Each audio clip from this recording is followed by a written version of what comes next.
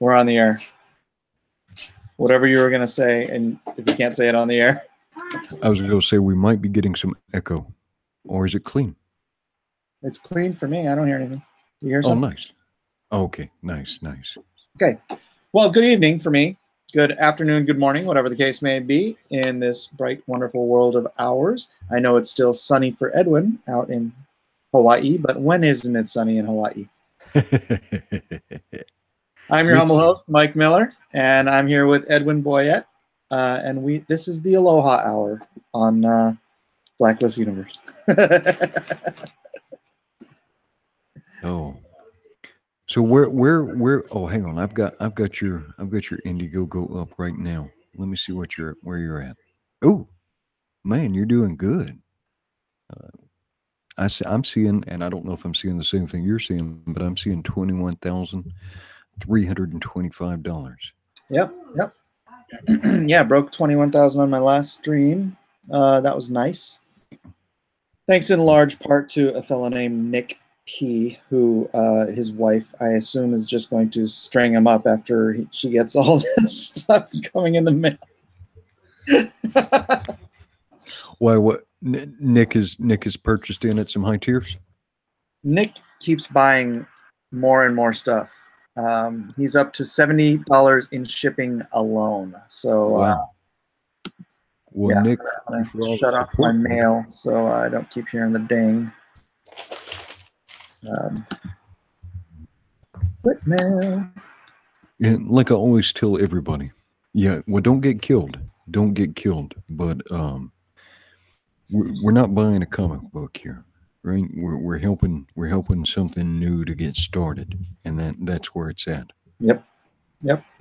We're building a future. I came up with I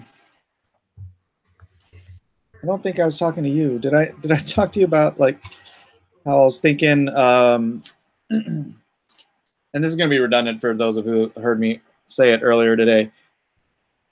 But I was reading someone say something on Twitter about how Comicsgate doesn't need leaders, and I was thinking about how can movements exist without leaders, right? And I'm like it'd be like an orchestra without a conductor, right? But then I thought, but this isn't an orchestra. More like a jazz band. Huh? This is jazz. You got it too, right? Right when I said that. You've got everybody playing off of each other. You've got the audience, throwing dollars into the tip jar. You've got everybody just grooving together. This is a great big jazz movement for comics. And it just fit. It just fit in my head so well. Yeah, no, that analogy makes sense. Right. So yeah. I got an interesting little thing here on the Twitter today. Someone apparently doesn't like me. Oh no.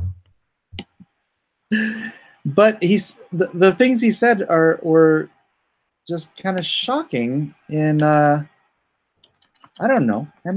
Do I come off as arrogant on YouTube? I try not. Oops. Did you show the tweet to your mother? Oh shoot. No, I didn't share it with Mom yet. Yeah. Nope, that's Facebook. And here's the Twitter. So I don't know if you can see that. Let me go to Google Hangouts. Oh, you know what? I can just. Oh, are you not on the Hangouts? No, I'm in the Hangout. What I do sometimes is once we get going, I'm in the Hangout now. Whoa. Okay. What I do is sometimes once we get going, I try and get over to the chat, and when I can, I try and interact with people. Yeah, since they're giving us the attention. Yeah, I try to put the Hangout on the corner and then look at the chat on the other side. All right, so this guy says wanted to support this project, then witnessed the spectacle of arrogant and petulant condensation in a live stream and subsequent posts.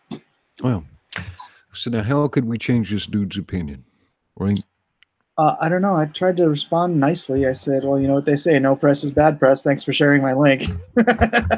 And then he says that I am my own worst enemy, so I can use all the help I can get. That's probably true, but maybe not for the reasons he thinks. We probably are all our own worst enemies. True, but then I go and look at his page, and he supports, you know, all the other Commonscape stuff. Even I wonder what cash. So he's a conservative too, then, and he's supporting Space Force. Huh? I'm just wondering what video he was watching. I wonder where I came off as petulant and condescending and whatever else he said. Now, Joe, there may be some stuff you're not seeing too, okay? Because Mike has had to get oriented to this facet of the fight. Mike has been in this fight for quite a while. He just hasn't been in this particular facet of the fight. And so, if you think about it now with Comicsgate, right? Comicsgate is one facet of the fight against SJWs and coercive weirdness in comics, right? But you've been holding down like AOL message boards and all kinds of stuff for going on, what, 20 years now? Yeah, over 2 decades I've been fighting the SJW battle. So okay, yeah. Hey, so guys, do you see me doing a live chat? Hey, stop making quite as much noise. Hey, Miller family, how y'all doing? I see you, buddy. It's okay. It's okay. It's good. It's good to be family oriented. Yeah, but let's go back to Joe. All right. I'm guessing he is probably not mad because of something you did to Joe. He's probably mad at you on somebody's behalf. And so let me not talk out of school, but we've been trying to get Mike oriented.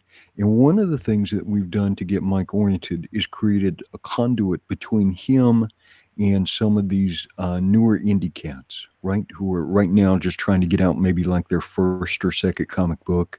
And so you've made contact with those dudes. You're talking to Rags and some of these other people. And I don't want to share any confidence and stuff, but no, yeah. They squashed everything, you know. And then there's people. I don't know this guy. This is the first time I've ever heard of this guy. Yeah. So he's probably just a fan, and he's probably defending somebody. Yeah. But then you get these. There's other guys that are just freaking, you know, crap stirrers trying to dig up the freaking hatchets that Rags and I and whoever else have buried. And it's like, dude, we are all copacetic. We are cool. We are all on the same team, and we're all moving forward. And you keep trying to drag stuff up to kick freaking crap around. Well, you know what I tell people, Mike? Loyalty is an amazing thing, right? To have engaged with somebody that strongly, where they want to defend you, like where they're ready to defend you. And that, Joe, if you see this, Joe, that is a fantastic trait. And I hope you see this, okay? That is a fantastic trait. What's an even better trait than that, though, is to be enthusiastic for this person, right? And so beyond defending them, be enthusiastic. Find a reason to support them. Find a reason to help them do good things and get the word out for them. So take it up a notch. And look for the positives, because anybody can get angry. Getting angry is the easiest thing in the world. Yeah. But hopefully we can bring Joe over to the Lone Star Squadron. I want to see that thing grow. That'd be great. The Twitterverse is just it's like the cantina on Star Wars, you know. It's just you go in there and somebody's gonna tell you you can't sit here. I'll be careful. You'll be dead. Yeah. Well, I'm gonna need to see your need to see your Comicsgate party membership card. IDs. I'm gonna put my headphones on because a little too much other noise per room. So there we go. Marasiaku. That's loud. That is loud. Okay, hold on a second. Oh, am I blowing you out? Do I need to turn down the gain? No, I think you're good. Hey, everybody, are Edwin and I about the same volume? Anyone in the chat who would like to respond would be fine. Yeah. Let us know if the volume levels are not quite right, because Right. we don't want you straining to hear or blowing out your eardrums. Fine here. Okay, cool. Nick says, Oh. Nick, I swear, dude, your wife. Are you gonna tell her? Are you gonna tell her you're spending all this money on me? She's gonna think. She's gonna think. Lone Star, is that the name of a stripper? Oh no! Oh no! Yeah, Nick. Make sure she understands that Blacklist universe. Oh, it's a good thing you didn't go with Black Chicks universe. Make sure she understands that. Make sure she understands that that's a comic book and not an escort service. Okay, because we don't want. I don't want to read about you in a newspaper somewhere. I'll get to it.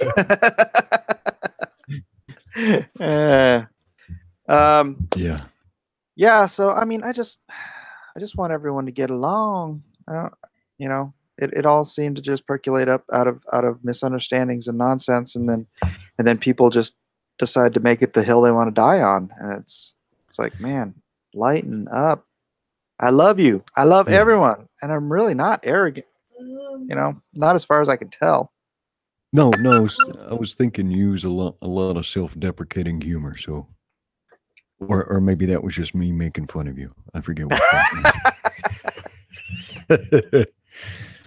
I'm okay with that. Chester Busby says you need to have Lone Star Sally. A lot of this stuff though seems to be people being offended on other people's behalf, and not the person themselves being angry. Right. And that seemed to protract a lot of the anger and a lot of the.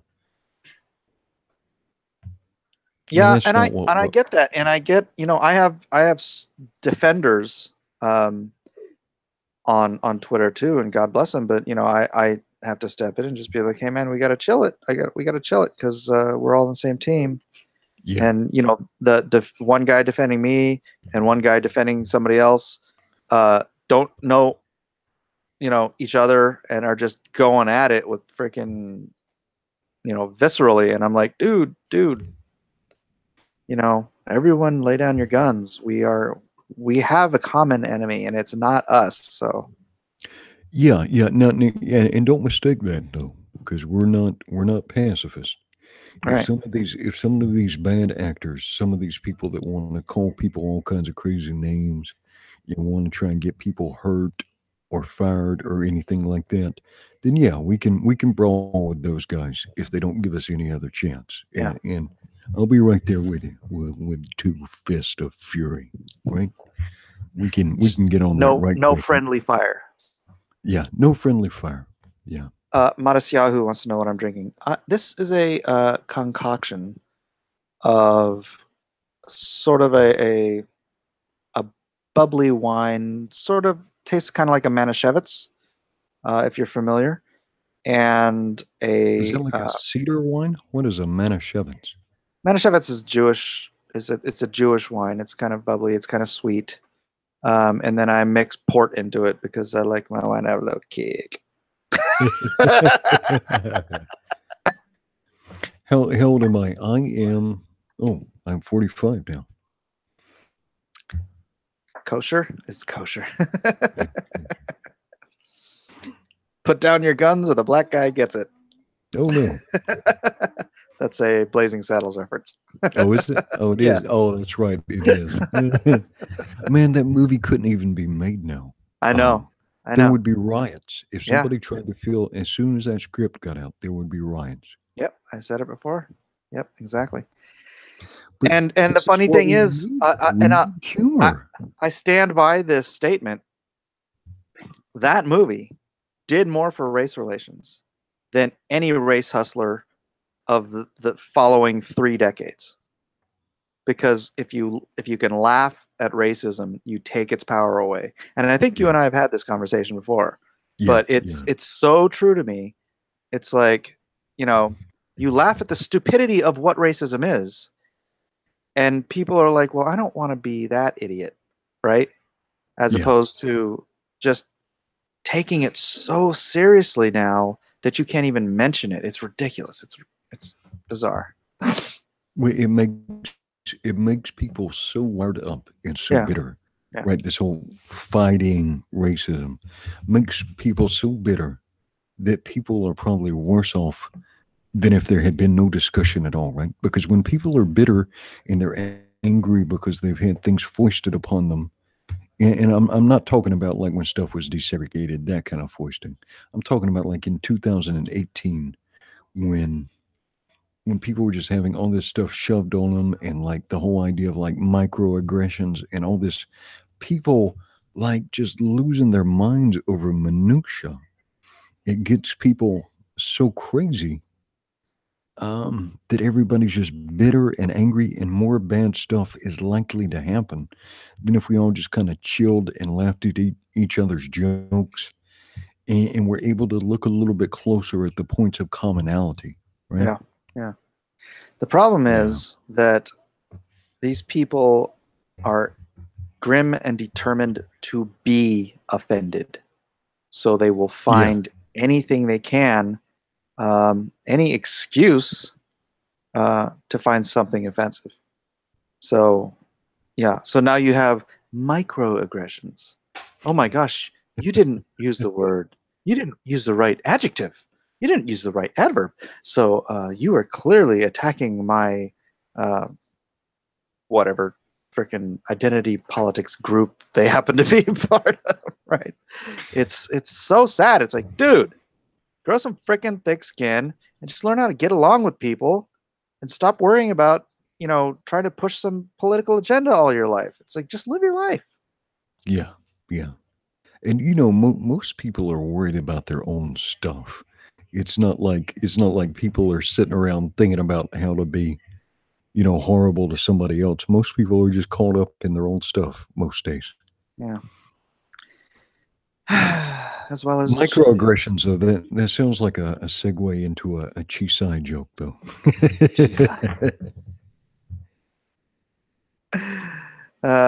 Let's not go there. I was just horribly offensive to Mike Miller. We have to have the cultural context. He microaggressed me. Yeah, so maybe your humor isn't self-deprecating. Maybe I'm just forgetting I'm being kind of mean to you all night. I'll have to show one of these videos. I'll have to show one of these videos to my mom, and she can tell me. She can great. In your chat, Dale Take Wolf your jabs, North, man. Take your jabs. Dale Worth North asked me, Edwin, did you think Comicsgate would or could be putting out such good things 5 to 6 months ago? No. I am amazed by how fast this has jumped out. We had some hint of it with the Jawbreaker stuff, but this has been nothing short of amazing. And that's when people started to. Jawbreakers is only 3 months old. Is that it? Is that when they announced it? Yeah, it was a month before. Gosh, maybe not even that. It was a month before Cyberfrog, and Cyberfrog is a month and a half in. So it's like, wow. I think Jawbreakers launched like 2.5 months ago. No, the pace of this thing has been amazing. And whenever I see somebody launching something that that I can get behind and that I'm enthusiastic about, I've been, making like the little promos and stuff and trying to get it attention so we can like sustain this momentum.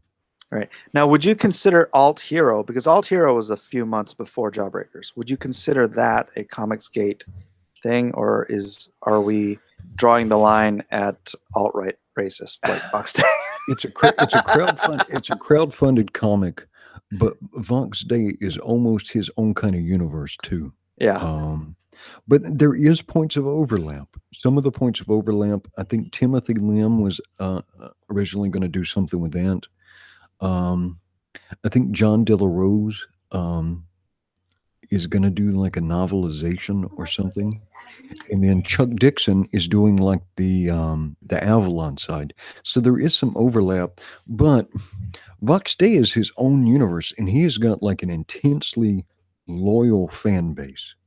So like just Vox's direct fans by themselves, like the people who participate in his forums and stuff, was probably enough to fund that thing all by himself. Even Yeah, if he had some big ticket buyers, like some people Yeah. dropping like 20 grand. So I think they were just people who wanted to stick it in the nose of, or stick it in the eye of the whoever they're trying to irritate. And he's got a label now, Archaven, and they're publishing a couple of things, some kind of Wodehouse thing, and there's been some other titles. But I think that stuff is all available on Amazon, and I think it's all doing pretty good. If I'm not mistaken, too, Chuck Dixon's Avalon may have been released today or yesterday. And there's Patriotica. Eric Hutfeld says there was also Patriotica, but they turned out to be blacklisting SJWs themselves. Oh, you know what? I talk to that guy from Patriotica every year at San Diego Comic-Con. He's like he always comes up to me every year. So I'm going to talk to him and see where he stands on everything. Because, I mean, he's been doing this for a while, like a couple of years, trying to, producing that book. Are you familiar, Patriotica? yeah. I seem to recall like a kind of a giant woman with very large breast, and then patriotic kind of costume. Am I in the neighborhood? She's endowed. And I love her costume design. Because that was the thing when I was designing Lone Star. I was like, gosh, I want to do a patriotic, super patriot type of costume, but it's so hard to do without being either kind of cheesy or too reminiscent of Captain America or something like that. And I just Patriotica. I don't know who designed her, but her design is great. You know what? Let me bring it up for those people who don't know. I'm gonna pull it up. Well, it's probably rarely the wrong answer to take a gander at a well-endowed. Easy there, Edwin.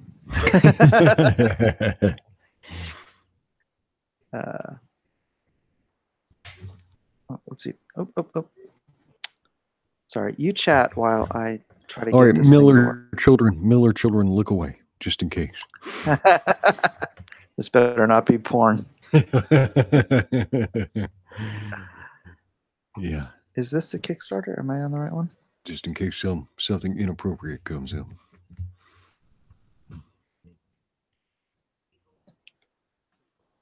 Oh, my computer gets so bleeding slow.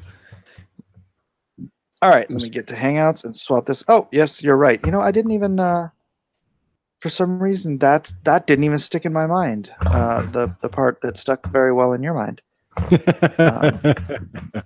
But you're quite right, because there you go.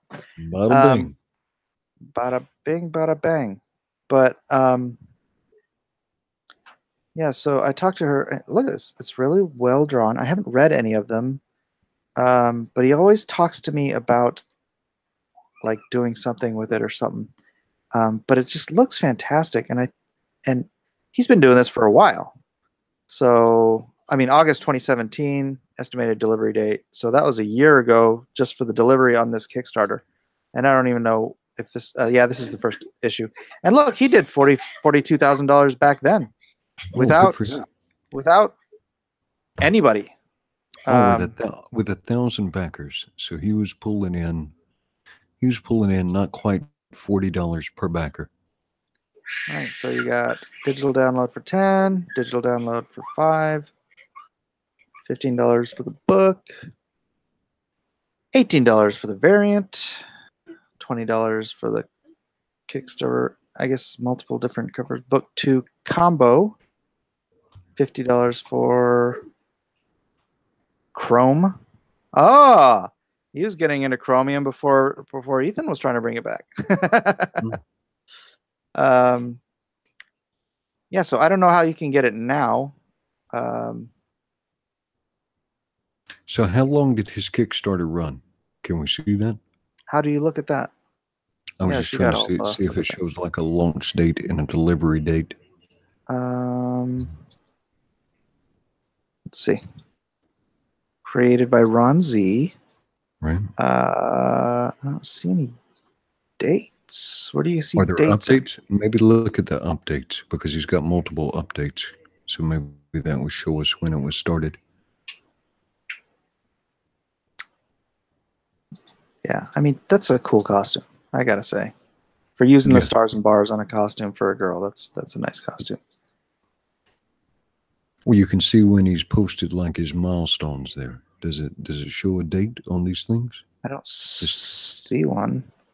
That's Hmm. not patriotica. Hey now. It looks like a that also Power has Girl nothing to cosplay. do. Yeah. Yeah. Domino.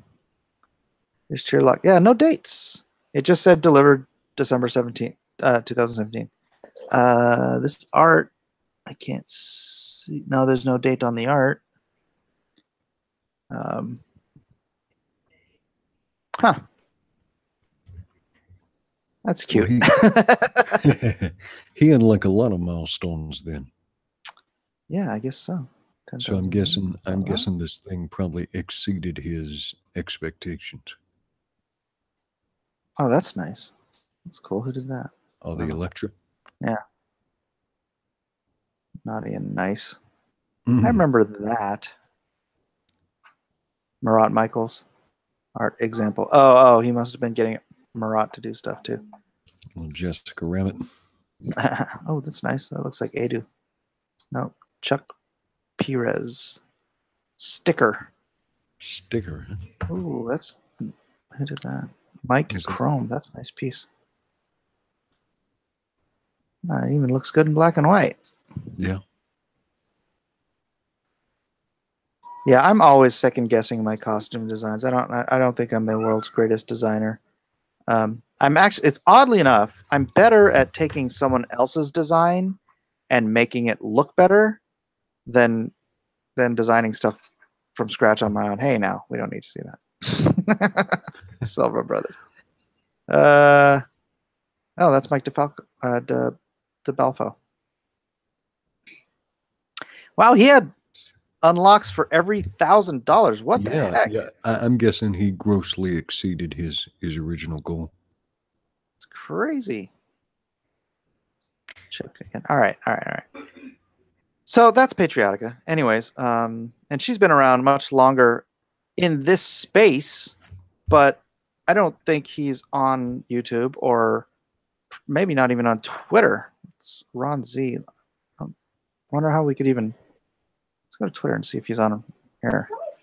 Because if anything, you want to grandfather somebody into the Comicsgate community, you know, that guy. Ron Z. You might have to search by Patriotica. Yeah, that doesn't help. Oh, on Twitter? Yeah, you could try it. I would guess the dude would tag his own post, yeah? Patriotica. Maybe not. Yeah, maybe not. So, chat, help us out. Does anybody know if the author of Patriotica has a Twitter? Is he on the Twitters? Does he tweet? Is he a little tweeter?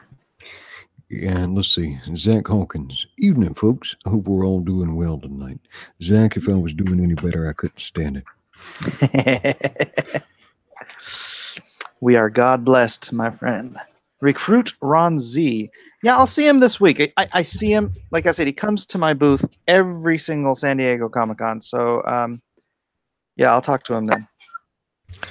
So you mentioned costume design. See, you don't think you're necessarily the comic world's strongest comic designer. Who do you go to then? Like if you're second guessing yourself, who's the person that you talk to about this stuff? Nobody. I don't. I suppose I probably should. You know, who I think has a really good design sense in our space is Will Callaghan. Will Callaghan. Yeah, he does Alpha Dog Studios. Oh yeah. Yeah, I think he's got a tremendous design sense, and I marvel sometimes at some of the some of the stuff he pulls out of his head. It not in our space, the opposite end of our space. I think Dave Johnson does tremendous design for characters. He did Ben 10. I don't know if you. Yeah. He did that, and he does. He's a comic book artist, but he's pretty much as far left as you can get without just falling off the planet. But all right. So there's people sometimes that have these political attributes that at first you would be like, but some people are just such genuinely good people that it doesn't matter what their politics are. And sometimes you're scratching your head that that's even their politics because it doesn't seem to be reflected in their behavior. Yeah. Mm-hmm. So are you asking if he's one of those people? yeah, I'm asking if he's the exception to the rule. Well, or do we just want to leave it that he's very good at costume design? He's friends with some right-leaning guys. He's friends with like Billy Tucci and stuff. What's up, buddy? Say hi. Hey, buddy. But he thinks I'm just this rabid bigot and homophobe. So he doesn't want to acknowledge my existence, except for when he gets dragged into an argument with me on social media. But he's literally snubbed me. I mean, there's a guy I met like in 1995 or something like that. We had the same circles of friends. And he literally snubbed me. I saw him a few years ago at Dragon Con, and I'm like, oh, there's Dave. And I walked up to him, and I'm like, standing there, hey, Dave. And he's a really tall guy, so he like looks down at me. Sticks his nose up in the air in the other direction. I'm like, okay. He literally not sure where that came from. Yeah. Oh, that's great. That's great. But the funniest part was it probably wasn't at the time, but it's great when people can manage this stereotypical behavior. Yeah. The funniest thing was either that year or the following year, they put us on a panel together. And same thing. He wouldn't acknowledge my existence on the panel. It was a panel with me, him, Peter David. I think one other person was there. So it was like, a pretty decent panel. And he's like, he wouldn't respond to anything or react to anything I said, or he just wear like a Westboro Baptist Church T-shirt to the panel or something, or? I wore a. I got nothing.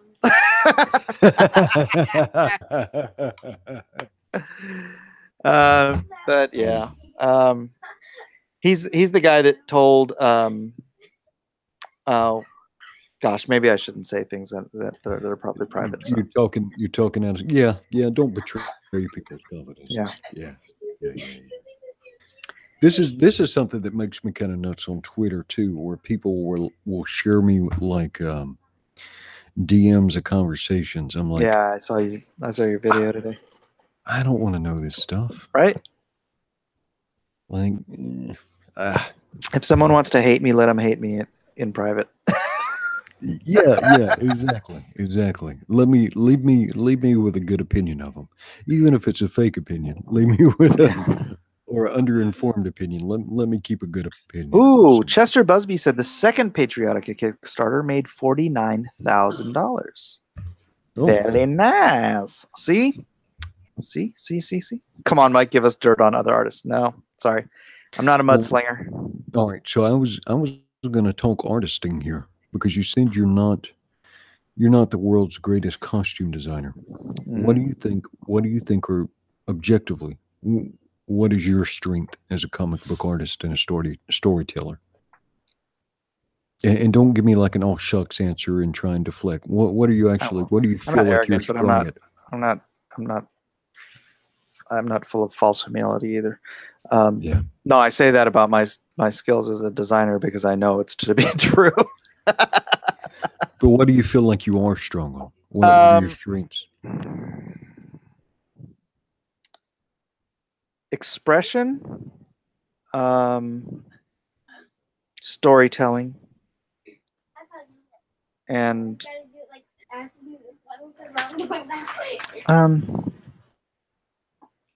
probably, yeah. I mean, if I might narrow it down to those, I can narrow it down to those: expression and storytelling. Well, I can emote my characters through body language and through facial expression. Pull up the better Lone than Star. better than Pull up the Lone Star preview, and let's take a look. Let's actually look at some of this stuff. Can we? Sure. And bearing in mind, as far as art goes, I'm kind of like, I know what I like, but I don't really have a working vocabulary, and I don't think I'm anywhere close to being qualified to critique anybody. Okay. Where do you want to start? Here, let's let see. me make it so that you're only seeing my screen. There you go. All right. So talk me through this scene here.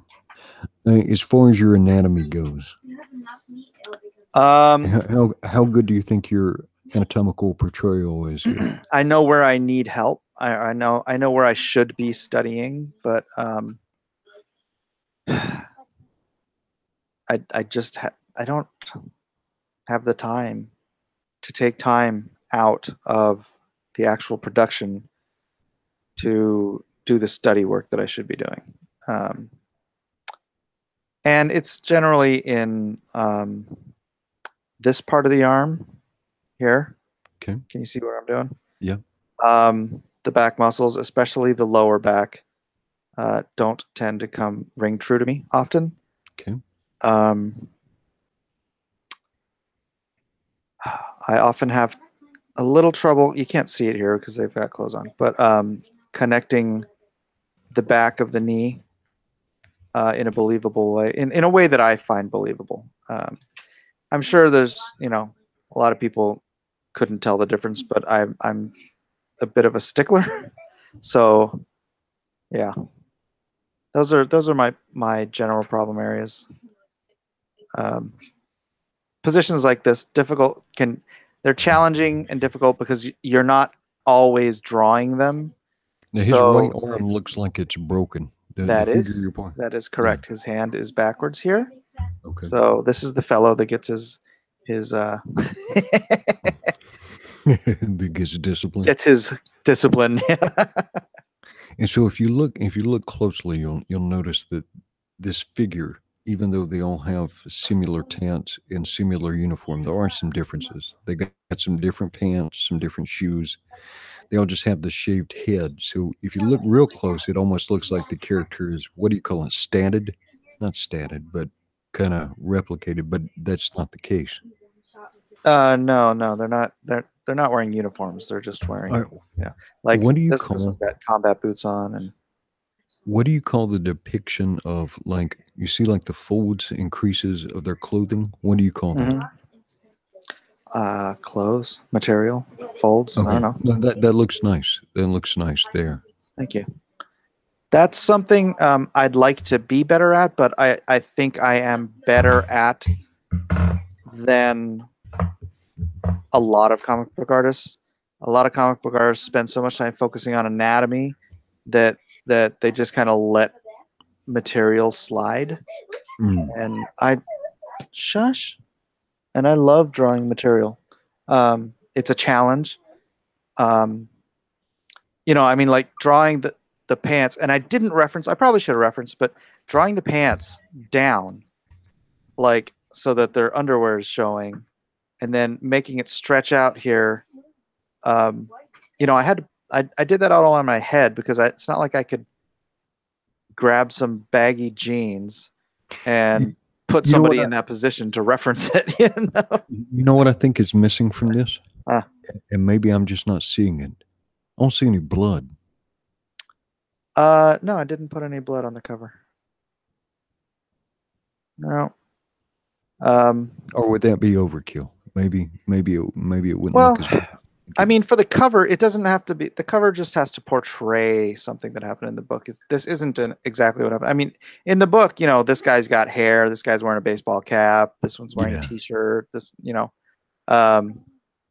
But it's just symbolic of what happens. Like in this one, in the book, he's not even wearing his Lone Star costume. He's wearing his military gear.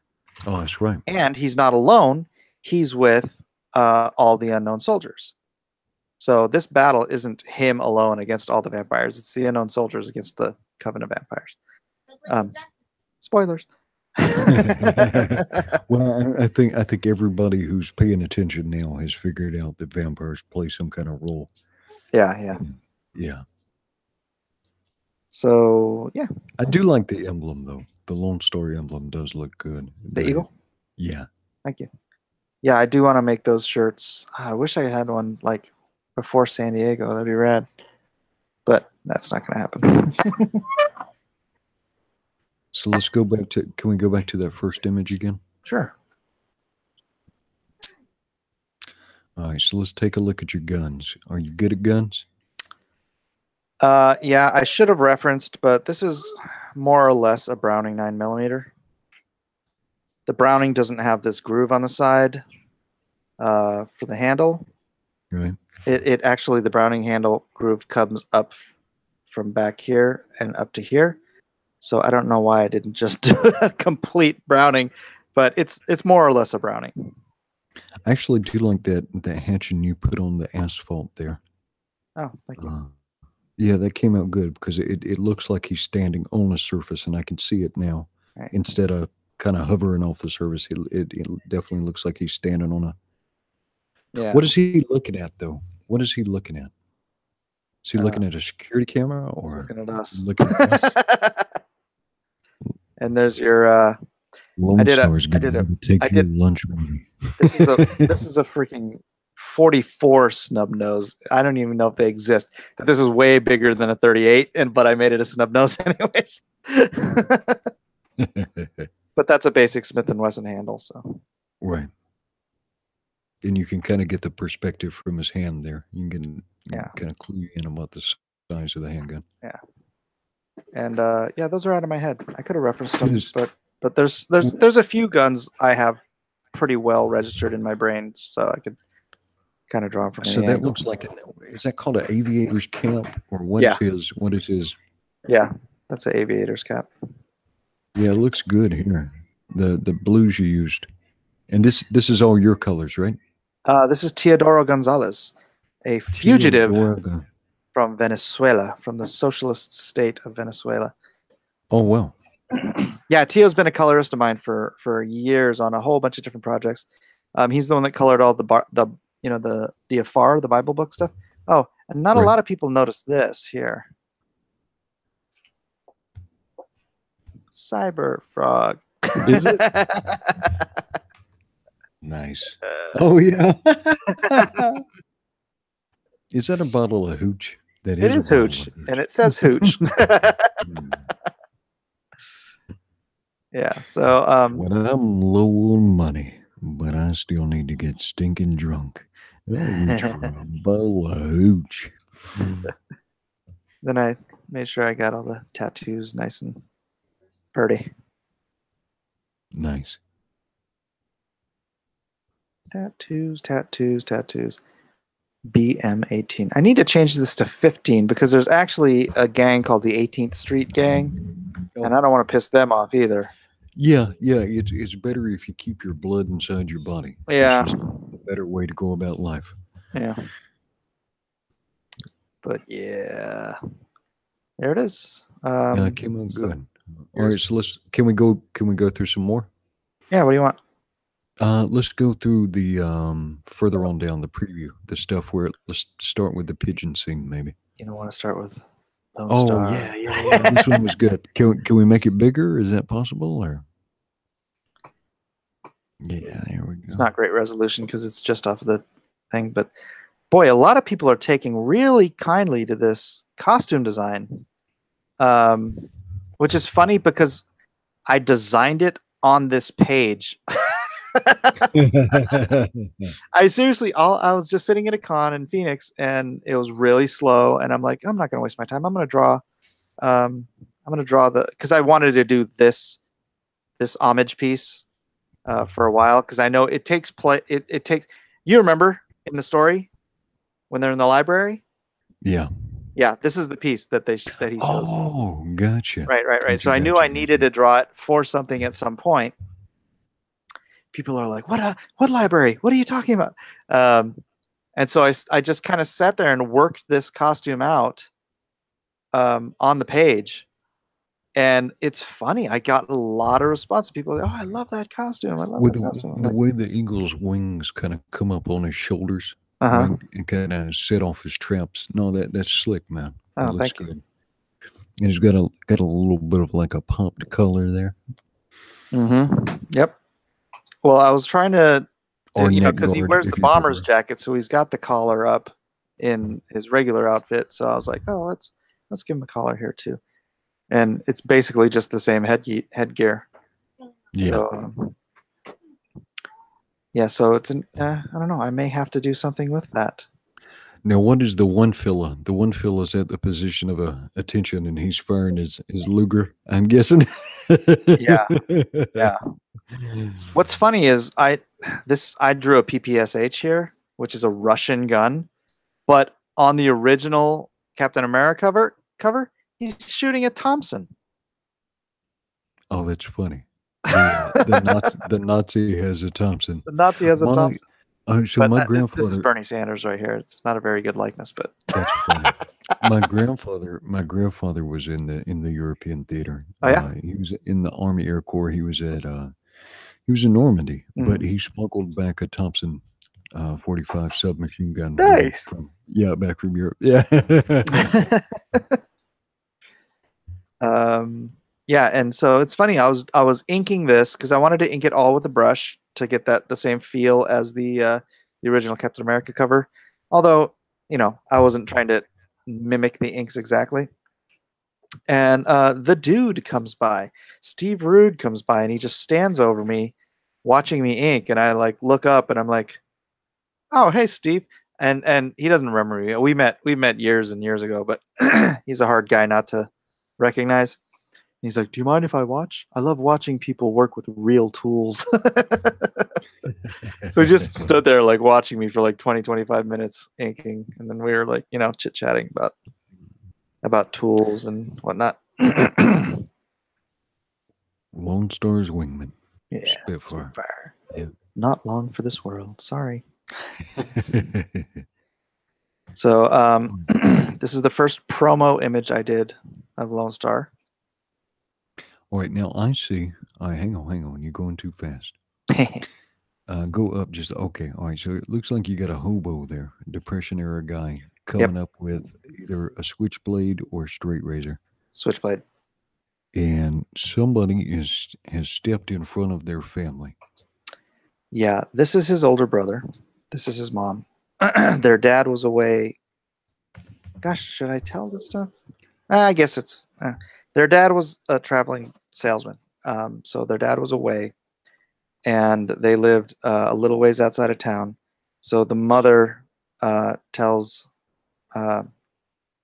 Robert to run and get the sheriff.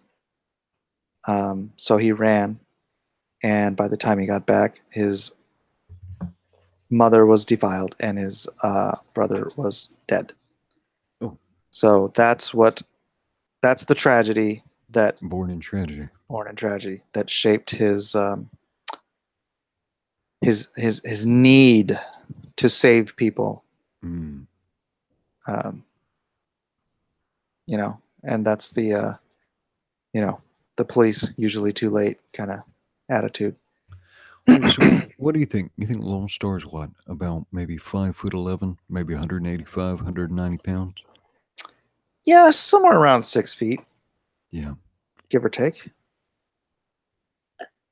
He's athletic looking, but he doesn't look like... No, I wanted to give him a standard sort of a Navy SEAL build rather than a bodybuilder type of build. So,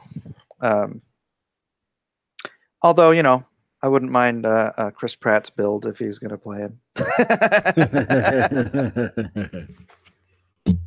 But yeah, so he joined the Navy at 16.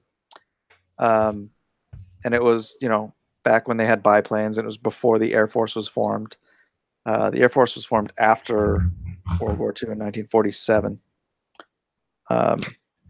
Oh, you got a technical question. Victor the Ripper wants to know what you pencil with. I pencil with a 0.5 millimeter Pentel blue lead. So it just comes, I mean, you can get it and use it in any 0.5 millimeter lead holder. And yeah, so the Pentel blue, it's a little darker than your non-photo blue, so it's a lot easier to see. However, the trade-off is it's terrible for erasing. If you draw dark, erasing it won't come all the way up. But then you trade back off again, and after you ink, you don't have to erase because you can select all the blue in Photoshop and just delete it, and it just whites out in Photoshop. And then you never have to touch your inks with an eraser. And the problem with erasing inks is that, particularly if you're inking with a brush, you can actually lighten your inks by erasing. And then you're stuck. Whoopsie. What happened there? I think I moved over. Whoa, how did that happen? Oh, that's Stardust. I lost. Where was I? Gotta get back. Yeah, okay. Just LoneStarComic.com. Oh, good. Well, at least Nasser seems like a good dude. I'm glad he's getting some support. Yeah, so then because inks will lighten if you erase them if they're not laid down thick enough, and that tends to happen often when you're using a brush. So good not to have to erase. 21,000. And then here he is later in his career, as a test pilot, and then and he's got the same headgear on, but with a less, just your standard sort of an Air Force symbol, or Air Corps, Navy Air Corps. And then here's he was, as a test pilot and a fighter pilot, he was flying one of these high tech reverse engineered not spacecraft, but aircraft that were used to battle the Iron Cross. Here's the Iron Cross smashing through his best friend Spitfire, and him watching it in terror as his best friend is turned into dust. And then this is after he crashes the Iron Cross, ripping off his canopy, and him Can using. we zoom in on his eye there? Is that even? You think you can? No, it's a little blurry. So okay. I mean, I could do it if I grab the high res images. I can see, like, from here, I can see like some shock in his eyes. Oh, you mean here? Oh, yeah. Yeah. Just, you get one eye. This is all the expression you get. But you get it, right? Yeah. No, you can see it with the lines around his eyes. So then you have this. And then this is where he's put through the procedure, brought back to life, so to speak, reborn as this fella here. Lone Star. Say it, Edwin. They call me Lone Star. All right. And so. Yeah, now on the black shirt, that eagle really jumps out. Mm-hmm.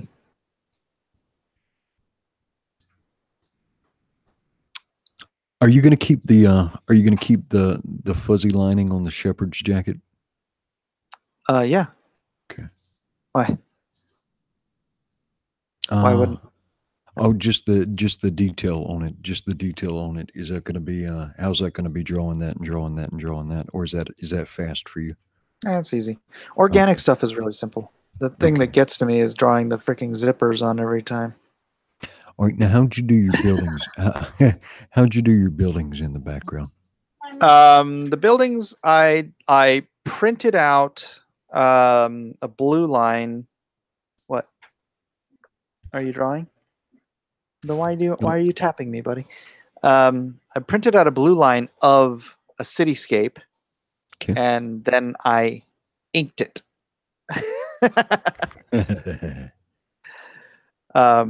So yeah, that's how I did those buildings. Yeah, because there's a lot going on there. Let's see how you are at small animals. Let's see your pigeon.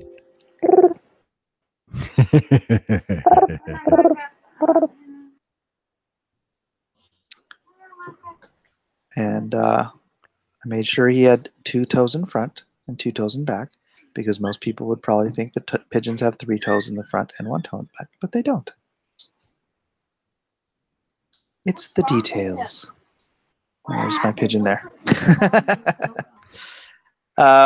Here's the thing. I wish I had done this on like the computer, because I don't. This is almost a tangent.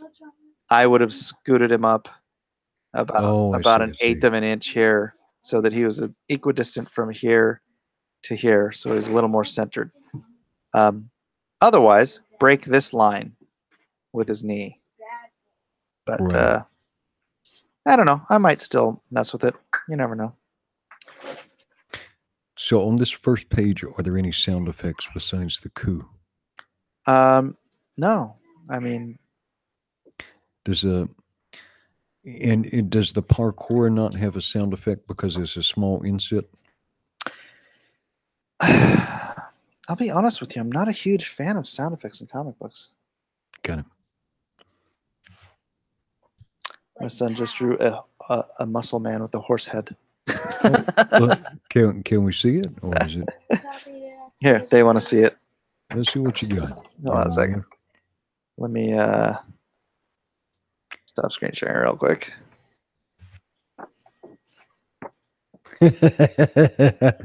All right. What's his name? What's his name, Micah? Mr. Man. Mr. Man. Not Mr. Man. Not Mr. Man. Mr. Man. Mr. Man. The Equinator. Anybody asking anything pertinent in the chat, or should I go back to? Oh, well, hang on. Let's see. Let's see before we get too stuck into the screen scare. I'm gonna. All right. Let's clip through a couple of comments. Let's see. Okay, that was the pins, and then Victor the Ripper says he does portraits. Okay. Arik is saying Indiegogo takes forever to load. Yeah, sometimes it does. Those hatching lines are clean, and the emotion definitely reads. And I think that's when we were zooming in on his eye. You had a question from Nick P, and he said, "Mike, did you start drawing on your own, or were you classically trained?"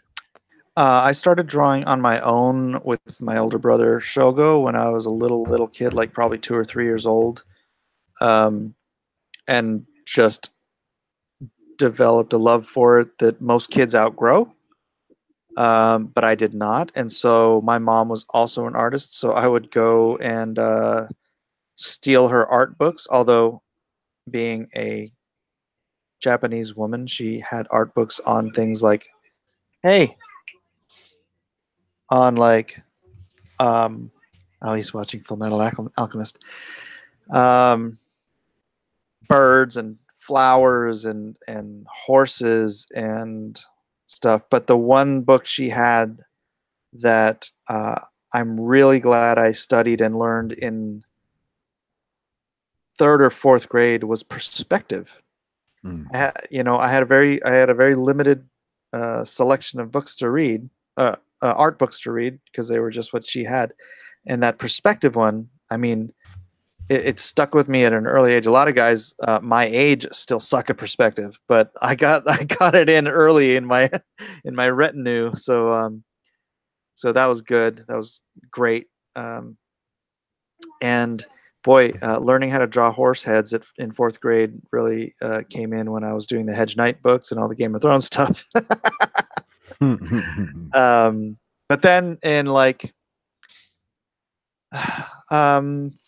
5th grade, 5th and 6th grade, I don't know, I'm going through this whole thing.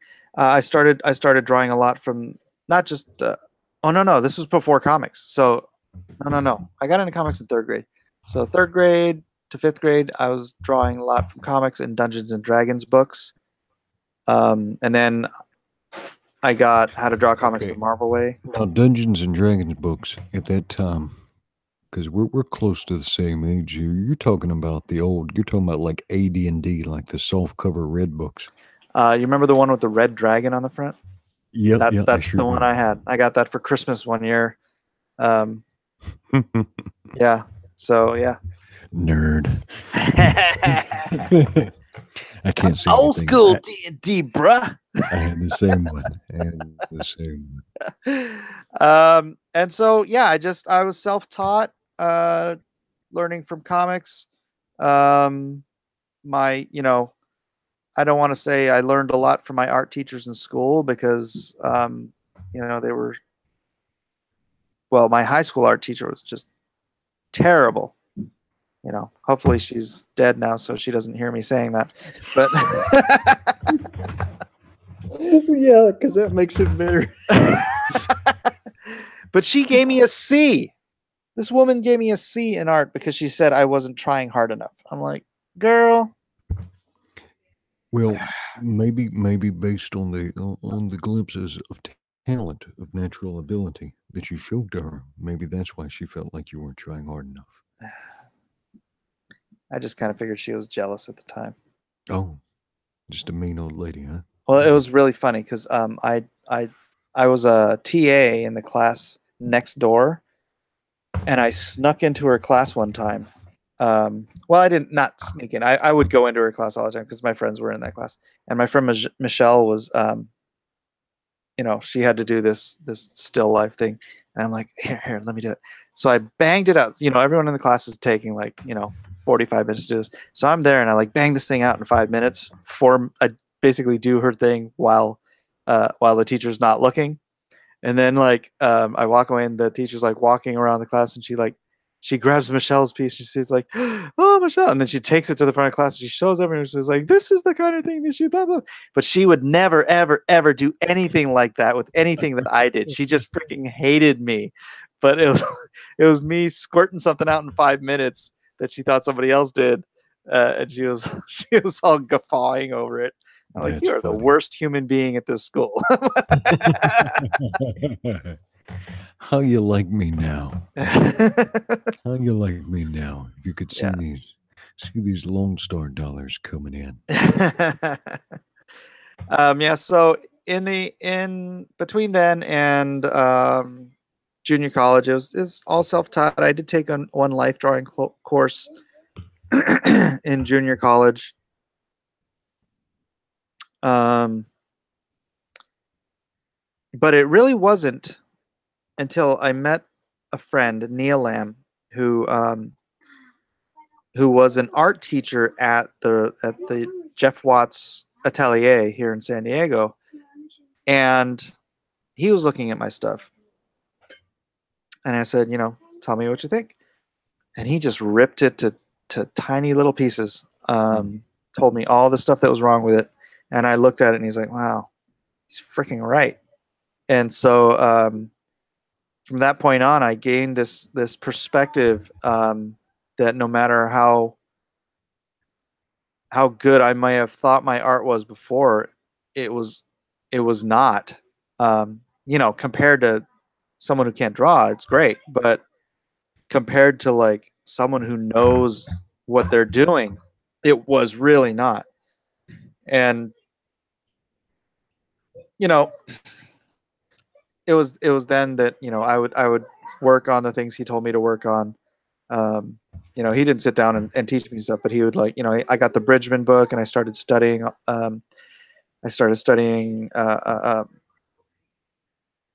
Not just anatomy. Anatomy is one thing, but studying the structure and the form of the human body and the mechanics of how it works, that was eye-opening to me, and that really changed the whole dynamic of the way I looked at my own artwork, rather than looking at it for self-adulation or for praise or for being better than anybody else. I look at it and I see the problems in it, and Yeah, I should spend more time working on the problems, but there it is. So not classically trained. But there is, you can see a process there of learning, right? Yeah. And Yeah. a progression. Yeah. If you don't think you have anything to learn, you'll never learn. Yeah. Yeah. Yeah. And you gotta try and have somebody in your circle of friends that you think is better at you than certain things, right? Yeah. And that was the thing. I grew up drawing with my buddy Matt. And we were, 6 degrees off skill wise, like the whole time we were growing up. He was a little older than me. Comic book nut. We enjoyed all the same movies. We memorized Holy Grail together. We'd sit in his art studio and draw for countless hours, like all the time. But because we were like on the same level, we're like, we may have been pushing each other, but we were like pushing each other like this. You're pushing a little here, you're pushing a little here, you're pushing a little here, you're pushing a little here.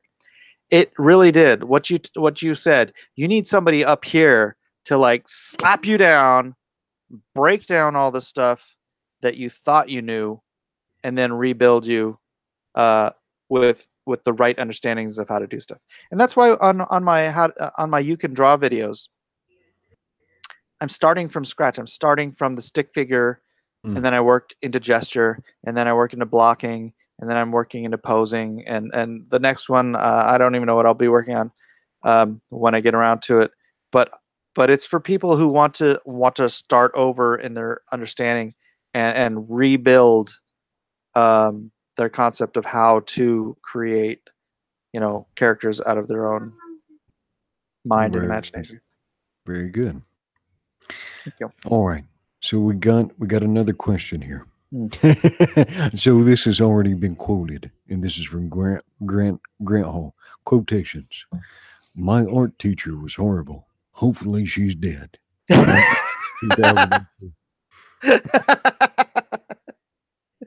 Somebody made the observation that if Lone Star is from Texas, he should have a big old fat belt buckle worked into his costume. He's from Texas like 100 years ago.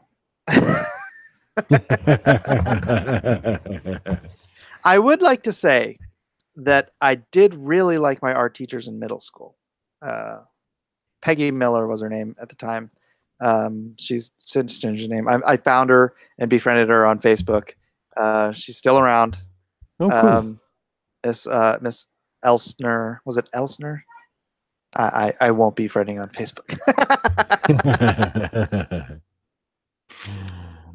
Oh, too funny. All right, so our chat, let us know. You ready for us to go back into the pages and see what else we can see in the preview?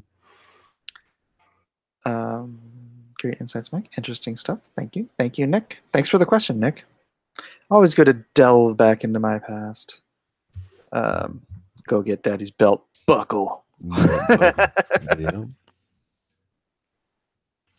Yeah, and a no. That doesn't help.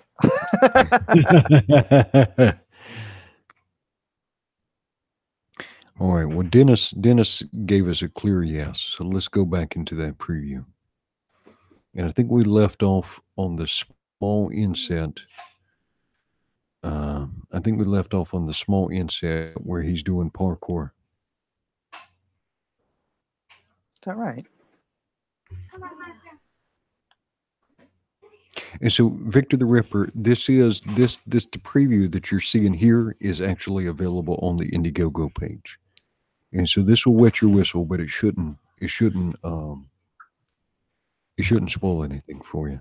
Now, here's a problem. I used the old art, or my letterer used the old page where it still has MS-13 on here. Oh, God. Oh, that's right. That's right. So my apologies to any of the Mara Salvatruca who might be watching. Please don't kill me. Yeah. This is more of an homage. It's a recognition of your lethality. So yeah. Yeah, I'm getting some heat on Twitter apparently for this because because I'm a racist for using well, they're calling it a Mexican gang, but apparently they're racist because they don't know that Mara Salvatrucha is from San Salvador. Now, who is from Honduras, or is it? I don't know. But so it's El Salvador. Yeah. Got him. All right. Let's see. Let me go back into Google Hangouts. So I'm not looking at chat for a minute because I just want to be able to see in more detail. And this is Misty. I think we learned is her name. Well, people kept saying, "Hey, it's Misty Knight," so I'm like, "Oh, what the heck? I'll just call her Misty then." Oh, when now that you said it, I could see it.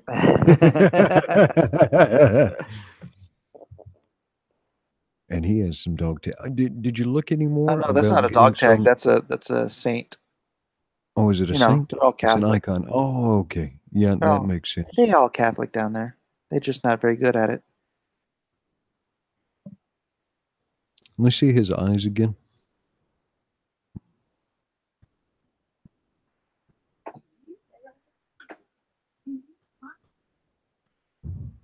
He looks a little loked out there. All right. Help me out with the... when I was reading it, I did not understand the bayam. It's bam. Oh, bam. Got it.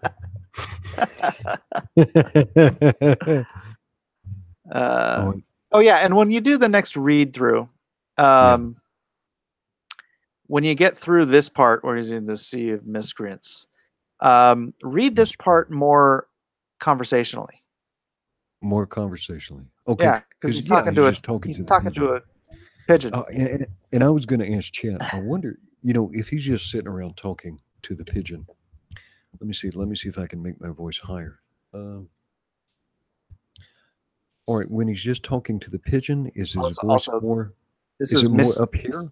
Miscreants. So he miscreants. In his head, he does it wrong. He goes, miscreants? See, miscreants? Miscreants. Got him. So if he's just being cool and he's just talking to the pigeon, I wonder if his voice is a little bit higher. Why I'm asking you, you're a pigeon. I really need to bring a notebook and write this stuff down, or at least a magazine. Being a vigilante can get pretty boring some nights. Did I ever tell you how I know when somebody needs my help? You see, I have this animal-like instinct that allows me to sense then you fear. drop it. Yeah, and then you come down. That's my cue. Yep. And then cue music. Dun, dun, dun, dun, dun, dun, dun, dun. Yeah, got to have some parkour music. I actually like the little vaulting there, the position you've got them, because it looks slightly awkward, but that's what it would actually look like. Yeah. Yeah. Yeah, I didn't want to do the standard 2D scrolling him running across the silhouetted buildings things. So, anyways, bam! Bam. Schmack. Gosh, let me see this again, because I got tongue-tied on this. And let's see. Gosh, I hope that wasn't El Guapo. Not sure that handsome is going to fit anymore. How about El Smasho Face? Language, please. There's a lady present. Nice. See, look, there's a little hope in her face. Just a little bit, but not enough that she's like... I try to take a lot of care with expression, So that's why I said that's kind of my thing. And in fact, that's why Tom Taylor tagged me to do Injustice. Because we worked together on The Authority, and he loved my ability to express different emotions and stuff, and it's really it's a thing you would just assume every comic book artist can do, but with the elbow is great. with her face right there, with her face right there, with that expression, and then you follow that line down. Is there any way though I could talk you into changing the block and the yoink into something else?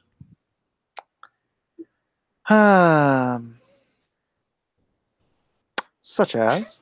I don't know, and I don't have a good explanation for you, but A little too cartoonish.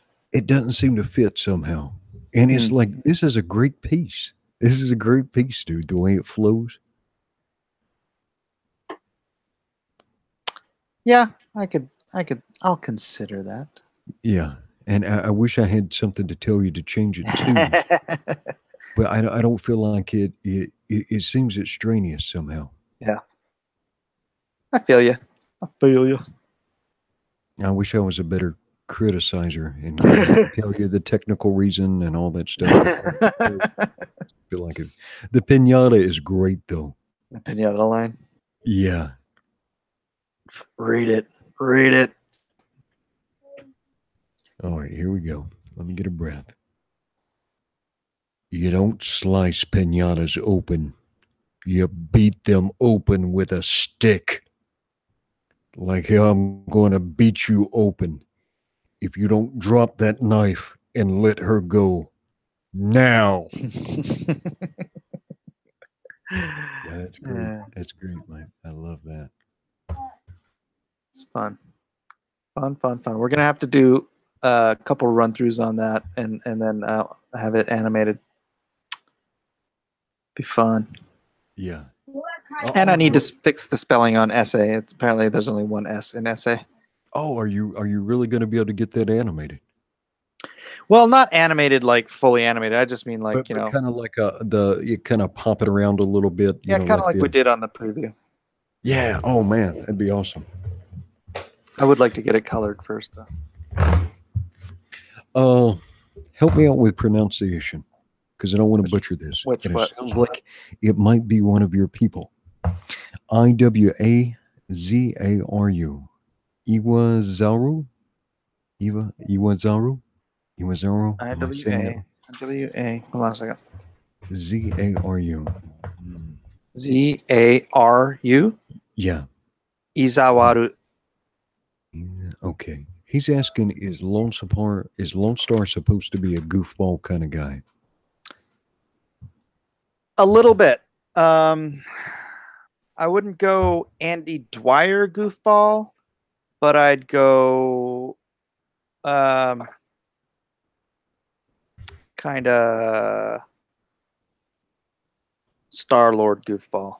Star-Lord goofball. And you'll notice I'm sticking with Chris Pratt references. Dreaming big, huh? Aiming high. Yeah, I don't want him to be all, serious like Captain America. But I don't want him to be freaking smart Alec like Deadpool either. So I'm going to try to find a healthy balance. Oddly, it'll probably take me this entire series to nail his voice down. So the second series will actually probably be better.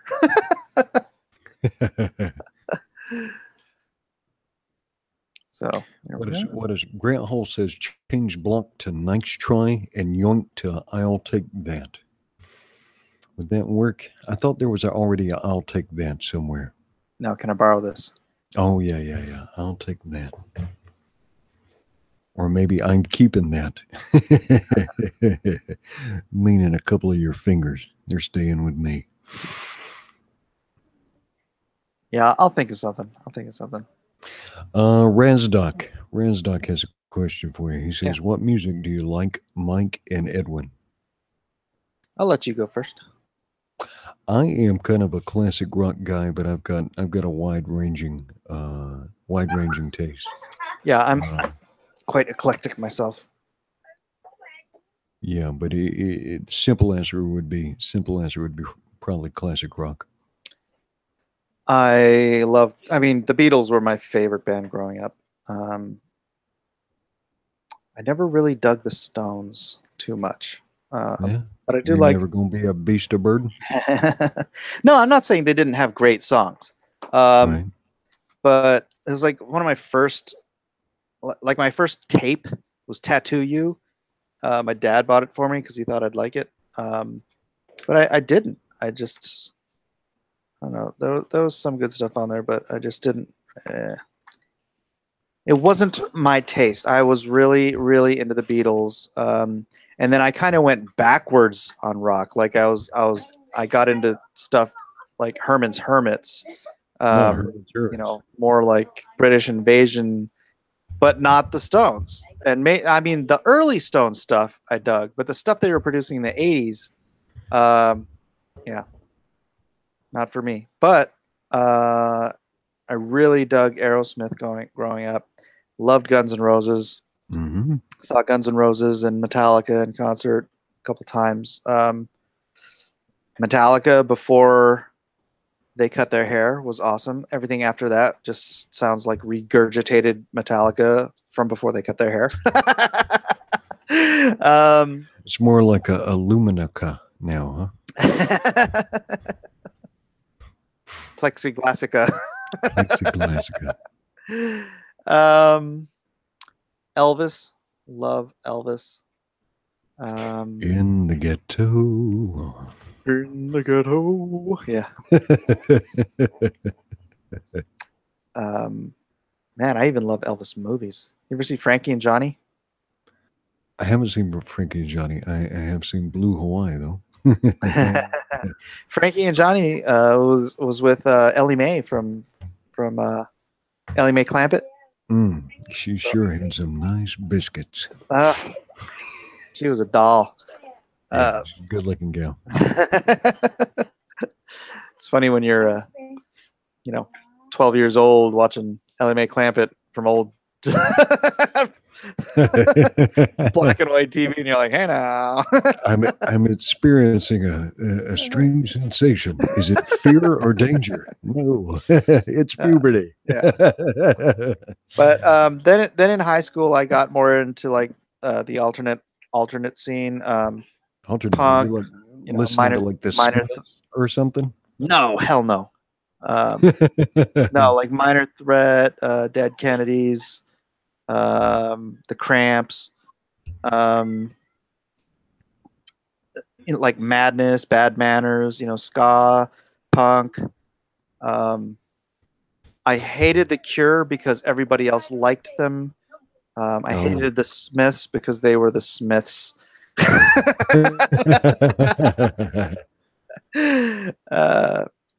And then since then I still stuck with some of the alternate stuff. I love They Might Be Giants. They're one of my favorite bands. Sinead O'Connor I fell in love with in high school and never fell out of love with her. I actually got to see her in concert a few years ago. My wife got me tickets when she was doing her. She did. Did you ever watch any MMA, Mike? Any like the not UFC? Not a lot. I've seen a few.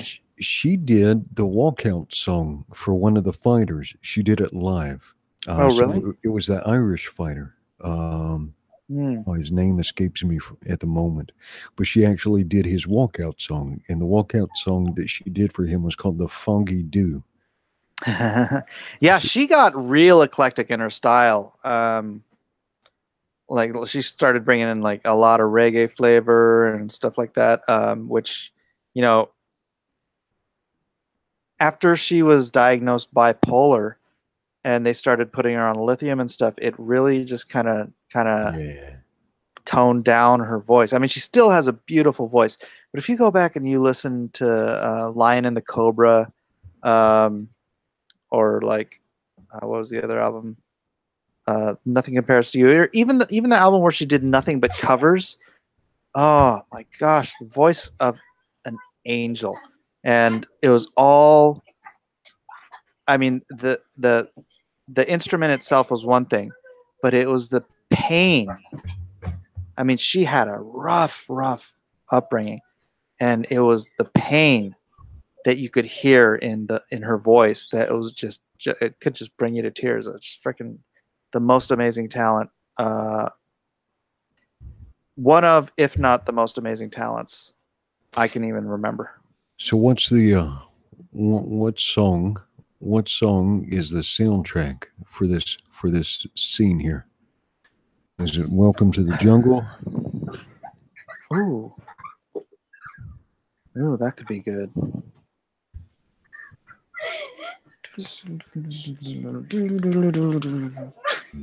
I know where you are. You in the jungle, baby. You're gonna die. Da, da, da, da. Yeah.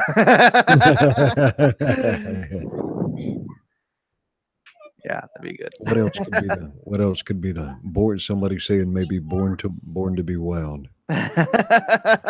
Fire all of your guns and explode into space. Oh, Crazy Train. Yeah. On a little Ozzy Osbourne. Yeah. I'm going up the rails on a crazy train. I can't do the high pitched singing. I'm more of a baritone because I'm not. When I sing, you know how I'll nasal. It's because I have a deviated septum. But when I sing from my diaphragm, and so the septum kind of like loses its vibration or whatever it is. It makes me sound all nasally. Yeah, I can't. Well, I can't sing anyway, but I can't sing anything high. It's just not. You know. I'll sound. Who was that crazy dude who did the falsetto? Tiptoe through the tulips. Tiptoe to the tulips. Tiptoe. I know the song. I'm just Tiptoe through the tulips. Was it? No. Timothy Leary did a version of it, but I think it was something Tim. Yeah. My wife is telling me Timothy Leary. Tiny Tim. Yeah. Tiny Jimmy Tim. Cricket. I'm like, Timothy Leary, that's the drug dude. Yeah. I don't know what his singing voice was like, but I'm pretty sure he was high at the time. Oh, Michael Kalin says Thunderstruck. You've been Thunderstruck. Yeah. That'd be good. Yeah, you might be on to something. AC/DC is great. Hey guys, you're getting louder and louder. Stop. Can you guys hear them? Yeah. I just assume we're going to get some of the Miller family. It's all good. Yeah. It's a feature. It's hey, entertain the tropes for a second. I need to check on JoJo real quick. Yeah. So what do y'all think so far? All right. It sounds like we got one of the Miller kids doing a ramp for us. Johnny Cash, God's gonna cut you down. Oh yeah, that's not a bad one. Or Tom Petty, I won't back down, huh? You can stand me up at the gates of hell, but I won't. Oh, that's traveling Wilburys. Traveling Wilburys. I let my kids stay up way too late. Somebody was saying I won't back down. I don't think is that a Tom Petty song or is that a Traveling Wilburys song? Okay, it is just Tom Petty. Okay, I don't know why I thought it was Traveling Wilburys. Back down. They were great. Yeah. Traveling Wilburys. Roy Orbison was one of my favorites. Oh man. Yeah. Roy Orbison, dude. Yeah. Crying over my singing. Crying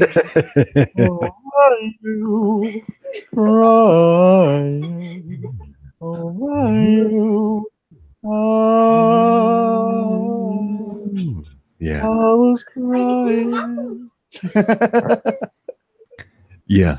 Roy Orbison just had a beautiful voice, man. Yeah, but putting those guys together, I mean, that was like magic, making magic happen.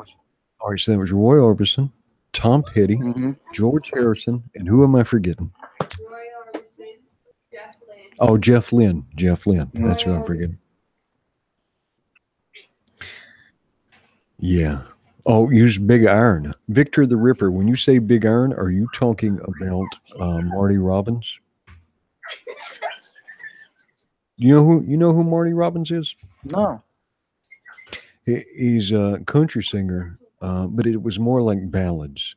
So yeah, after the stream, check it out. Maybe look at either the song called Big Earn, or maybe look at Down in El Paso, I fell in love with a Mexican girl. I know that Yeah. song.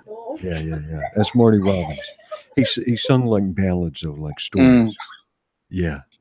Yeah, one of those might actually fit for this. Yeah, good call. Good call on Big Iron. And then somebody else says Bad to the Bone. George Thorogood. Yeah. She She could could tell right definitely- away. I was bad to the bone. I can't do that. I can't do that tone. Can't do that George Thorogood. I can do a pretty good Elvis. The head nurse spoke up and said, leave this one alone. She could tell right away. I was I was bad to the bone. I better not sing too much. I'm gonna have the stream. Yeah. I've got certain talents. Singing is not one. All right, let's go back to the art. I don't think these gentlemen joined to hear us. They just want to hear me sing. All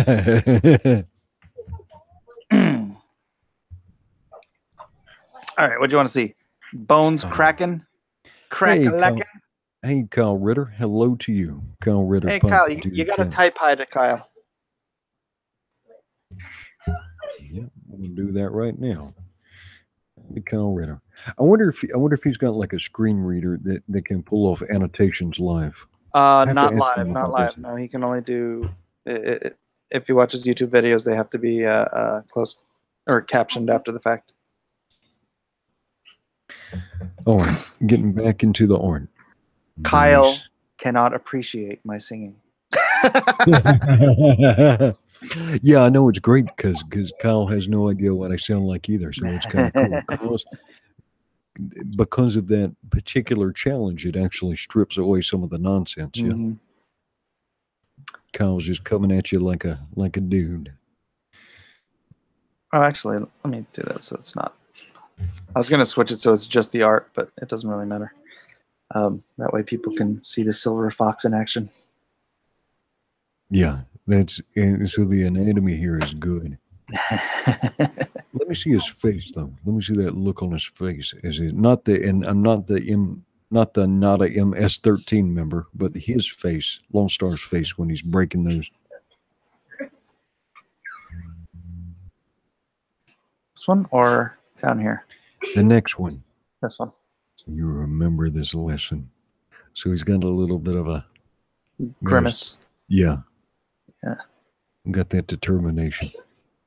It's probably what I would look like if I was snapping your arms like that.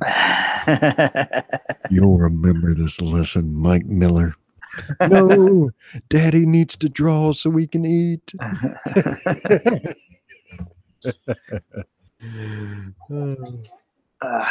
That is great, though. I don't think I've ever seen. I don't think I've ever seen a scene like that in a comic book that I can. Yeah, like I say, punching people in the face just gets boring to draw over and over again. So I want to do some interesting stuff. That's definitely interesting. Yeah. His hands were all backwards and oh no, elbows are almost breaking through the skin. Young lady, do you have anything you want to? Yeah, I want to see these guys die of lead poisoning the hard way. No, so you can tell right here. I mean, you don't know what his superpowers are yet beyond his fear, but if he's fast enough to push a gun out of the way, he's a little bit more than average. Yeah. Push it out of the way and come away with a gun at the same time. So he's got some reflexes. That's not self-defense. That's murder. But they didn't. So his face softens though. So he's got empathy. He's not just he's not the Punisher. Right. Punisher's a good guy underneath it all too. He is, but he's, and there's some brutality here, but you understand the brutality. Mm. But he didn't kill anybody. Didn't have to. Yeah. Listen, if you're going to be out this late at night, do yourself a favor. Get a gun, Missy. They call me Lone Star. Yeah, I like that. Yeah, the yellow eagle, on the black. It's nice. Well, graphically, yellow on black is the most visually appealing color set. They use it a lot in advertising. I don't know if you've noticed, but it's funny. Misty looks like one of my neighbors.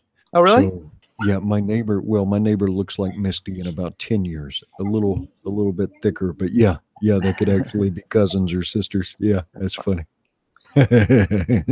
So no more reading here. Just see, this one's me. I made Scout. He's a Native American, so I just made him.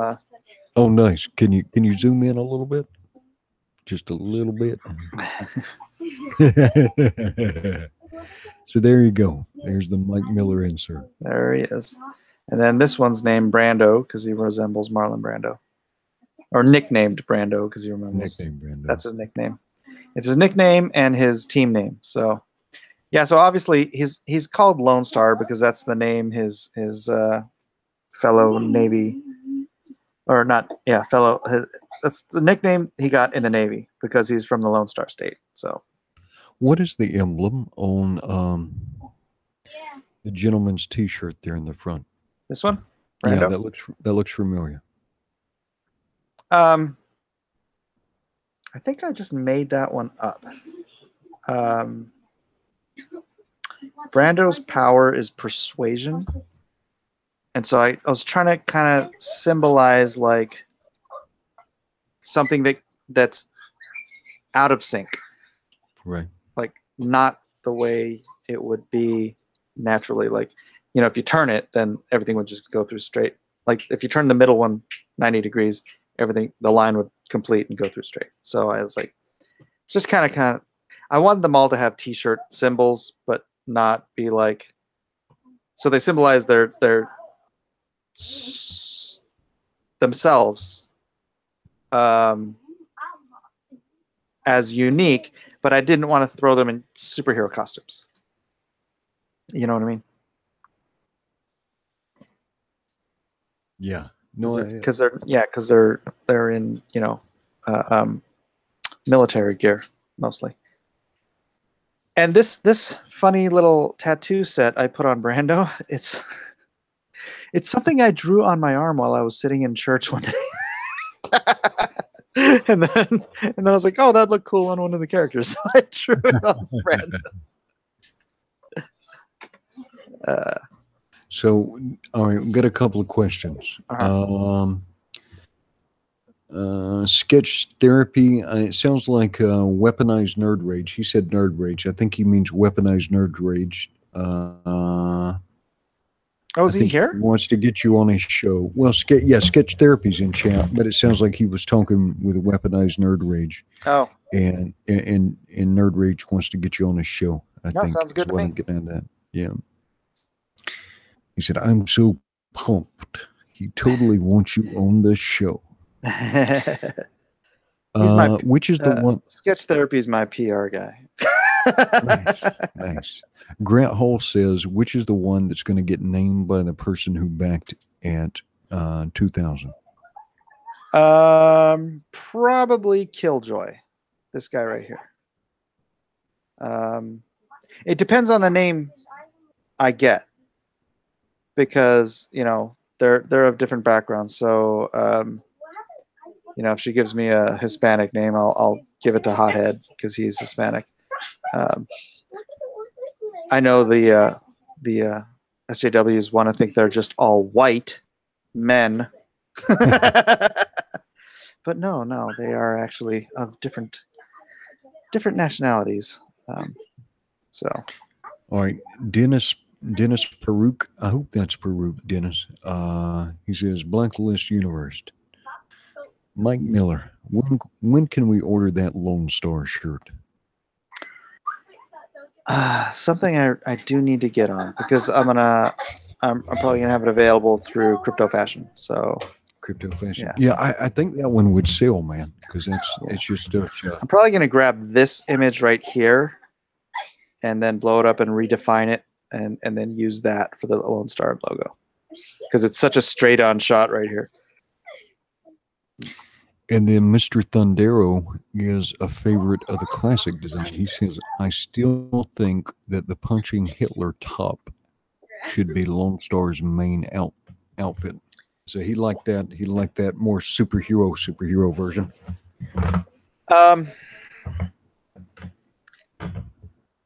Okay, with trying not to spoil anything, that will probably happen at the end of the book.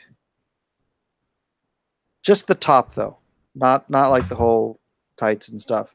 So, as a shirt that he might even still wear under his jacket, I might switch it to that one. But yeah, he likes the wraparound wings, where the wings kind of come up over the shoulders. Yeah, I haven't even designed the back of the shirt because, like I said, I designed it on the page. So, yeah, and there's Pastor. So Pastor obviously has the cross shirt because that's why they call him Pastor, because he's a, sort of how Ethan has sort of glibly called me Pastor Mike. That's why they call him Pastor, because he's a faithful guy and not shy about it. So yeah. No, that's good. That's good. And that should break a brain or two to see a non-ironic cross in a comic book. I'm okay with that. Right. I'm okay with that. Yeah. But you know what? Bottom line, man, you got to make comic books for the people who dig what you're doing, right? Right. And not some critical audience who's never going to buy your work anyway, right? Yeah, well, that's what I'm saying about people like getting onto YouTube. It's the same thing with comic books. Whatever you're into, you're not the only one, right? Unless it's like, making sculptures out of earwax, then you're probably not the only one, whatever your interest is. And my interests are, plentiful. I have, politics, religion, comic books, Ayn Rand, George R.R. Martin. I've got, Ayn Rand is good in moderation. You just don't want to go full on Rand. Yeah. No. Never go full Rand. Never go full Rantard. No, but it's funny because I was reading The Fountainhead, and Atlas Shrugged, and I'm like, I identify so much with the concepts until you get to her 60-page screed on anti-mysticism, and I'm like, I wish she was alive and I could debate her about all this stuff, because her arguments are so facile and so easily dismantled on that subject. It almost discredits objectivism as a whole, but it doesn't. Because so much of objectivism is the way I had lived my life. About doing your very, very best. That part of it was so much me, so much it just felt right in my core. And then trying to hear her explanations, because then I'd listen to videos and stuff about her, or that she'd done, and interviews on Donahue about her ideology of selfishness being a virtue. And when you take it away from the word selfishness and you hear a more nuanced understanding of what she was trying to say, it makes sense. But it seems like the word selfishness was there as a firebrand to try to stir the pot, get attention or whatnot, which in itself as an action probably seemed a little antithetical to objectivism as a whole. Well, But I'm no philosopher. Ayn Rand is something everybody should read when they're like 16, and then kind of be a butthole about it for about 2 years, and then you should come back to it when you turn 40. I didn't even read it when I was in high school. I read it when I was about 40. Oh, okay. Oh, okay. Well, yeah, that's probably safer then. That's Yeah, probably safer. Yeah. So The normal pattern is to read it like when you're like 16 or 18 and be like, oh, edgy. right. I'm an objectivist. Yeah. I wouldn't mind if they made kids read The Fountainhead in high school, but that's Screed in Atlas Shrugged is just so bad. I bleed paint says I'm ashamed of how much Comicsgate live streaming I've watched today. I'm ashamed of how much I've done today. Yeah, I was going to say the same thing. We have that commonality, brother. So, dude, I was on for like 9 hours yesterday. I bleed paint. I judge you not. I condemn you not. We're all sinners, brother. We're all sinners.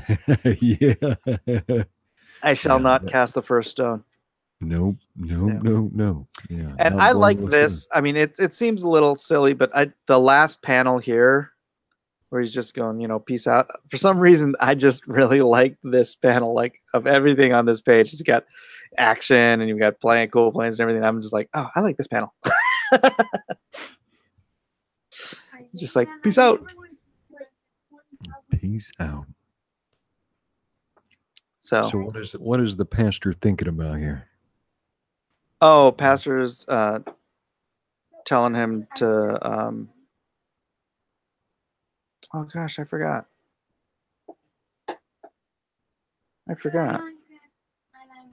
Because there looks like some contemplation happening here. Oh, you mean this panel? Yeah. No, this is Lone Star. All right.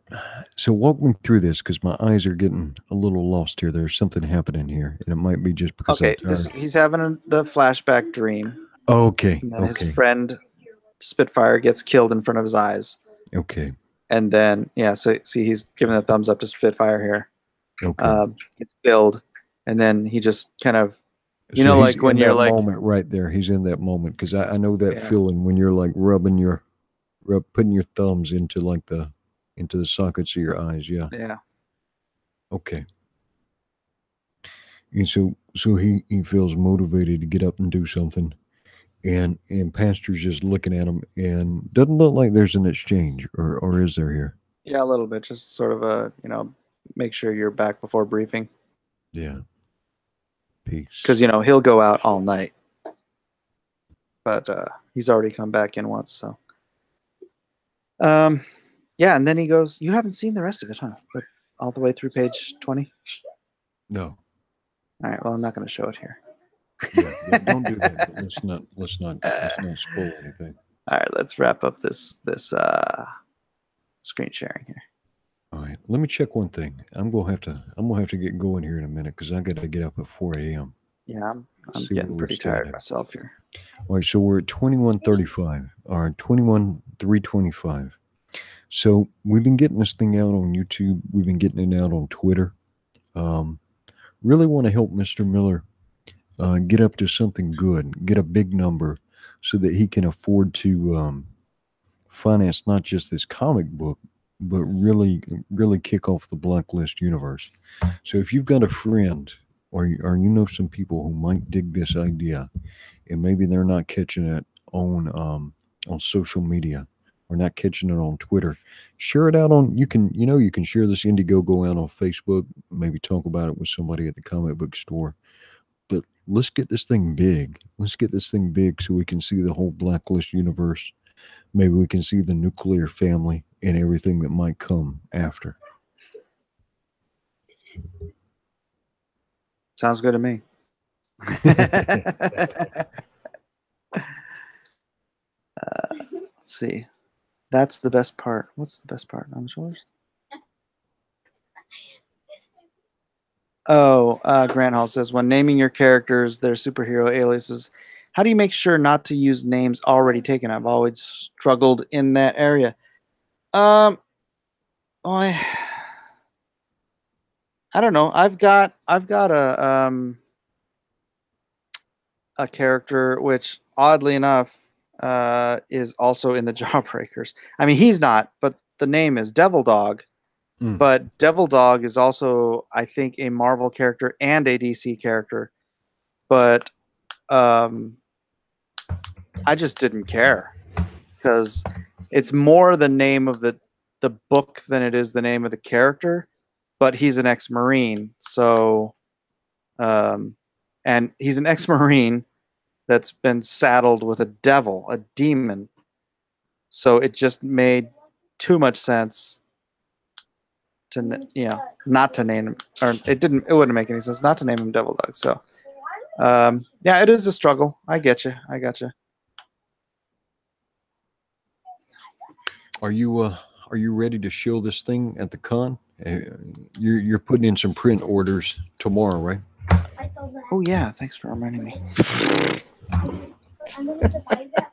right. Hold on. Simple adulting here. Simple adulting. Do you have like a checklist of stuff you need to do for the? I write stuff down. I just haven't gotten to all of it yet. Is it in a million places, or has this all been consolidated? It's all right here. Okay. Good. The problem is I don't have the funds to do everything I want to do. The prints, at least my printer will he'll take a rain check. I can pay him after the con. Right. But I got to get this banner done. Well, who's your printer? Can you say without getting them in trouble? Yeah, AAA printing in El Cajon. AAA printing in El Cajon. All right, so AAA printing in El Cajon. Mr. Mike Miller is capitalized. It's just going to take him, 3 more weeks before you have access to this capital? 28 days, 27 days. 28 days. So 4 weeks. Days. Essentially 4 weeks. It's a AAA printing. I wonder if we could do some kind of promo for them and they'd give you some trade out. Well, I think I only have a couple fans in San Diego, so might not be that big.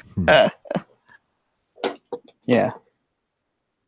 Yeah, but show them this. Show them this because you are capitalized. So hopefully they will extend you that rain check. All right. And hopefully that number is going to get even bigger. Yeah. Yeah. Nick P asks, is the team all Christians? No, they're not. Pastor's a Christian. Lone Star's a Christian. And Brando, I would say, I mean, he's got a cross tattoo, but that doesn't necessarily mean he's like dyed in the wool, born again or anything, but nominally. And then Hotshot's lapsed Catholic. Scout's a Native American. I don't know. I might. No, I don't want to have everybody be Christians. That'd just be silly, because that's just not reality. Yeah. And then, gosh, who am I missing? Killjoy. No, Killjoy's not a Christian either. Well, that would kind of make sense. Yeah. Well, Mr. Miller, thank you once again for letting me join you. Yeah, brother. Anytime. I'm going to skim through some of these chats. I will bid you aloha and mahalo. Good evening. All right, brother. Aloha, Lone Star Squadron. Lone Star Squadron out. All right. Chitty chats. I will skip through. When can you order the Lone Star shirt? As soon as possible.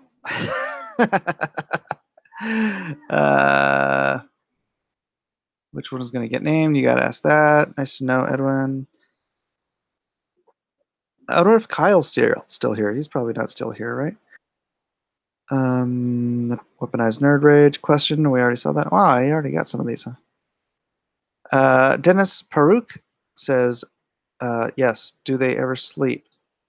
Does who ever sleep? the Blacklist universe. I mean, the unknown soldiers. Do the unknown soldiers ever sleep? Yes. That's why they have beds. Metallica, going back through the conversation. Ewan McGregor. Why are we talking about Ewan McGregor?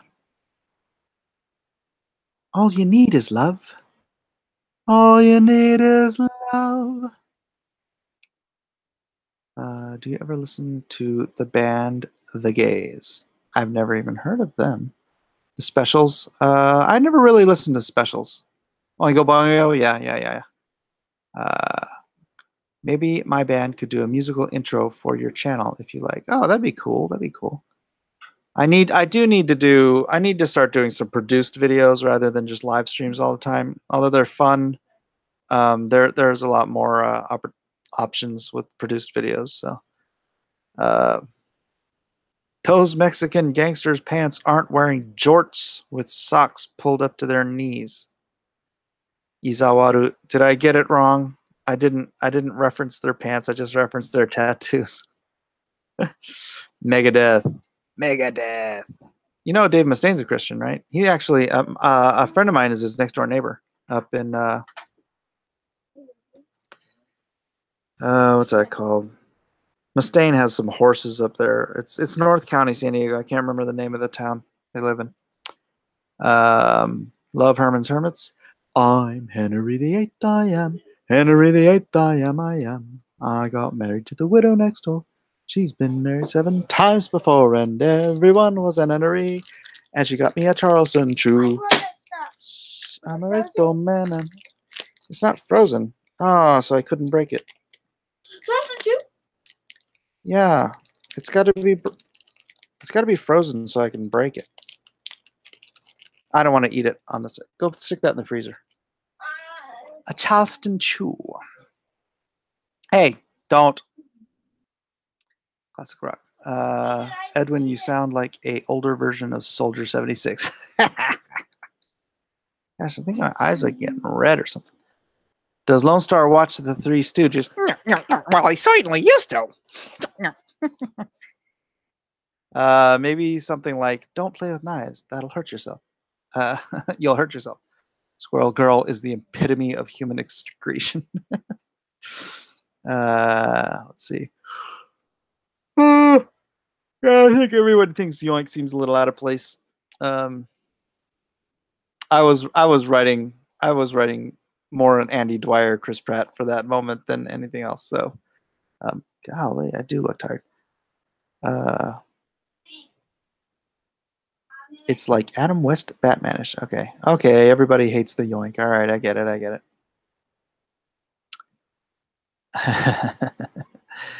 When naming your characters, do you make sure not to use names already? Oh, that's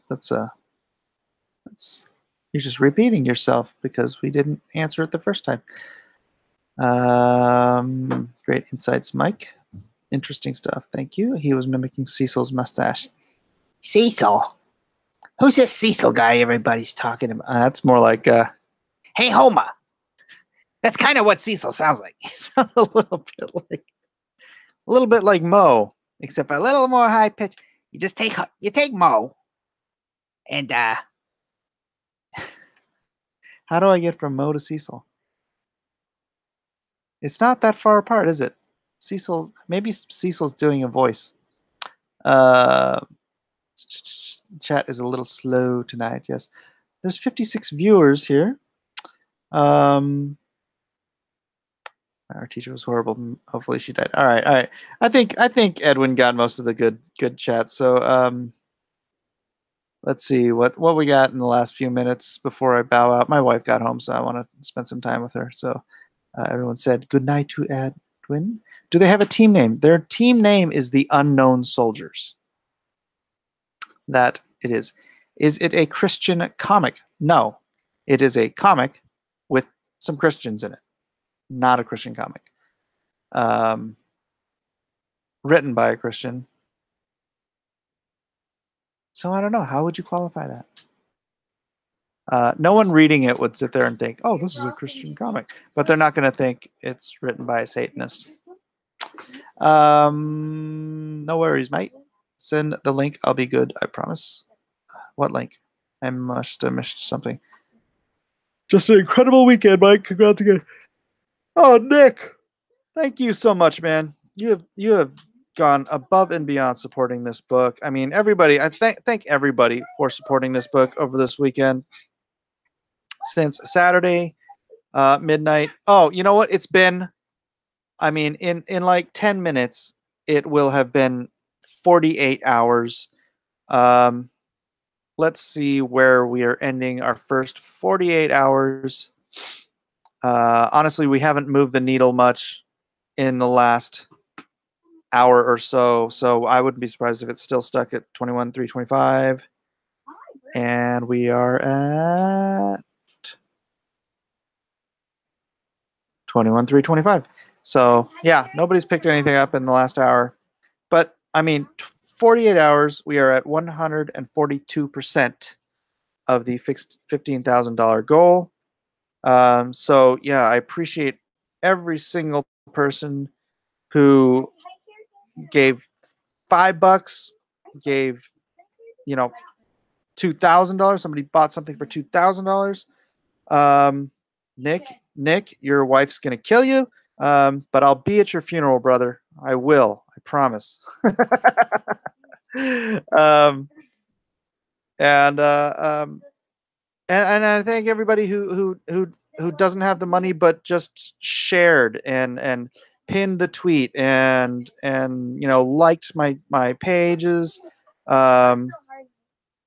Anything you guys do helps to build the foundation of this great future that we all want to share. So I just thank you so much. And yeah, Jiminy Cricket, buy Lone Star at LoneStarComic.com. Go. Share it, splatter it everywhere. I don't, share it 3 times a day on Twitter. I don't care.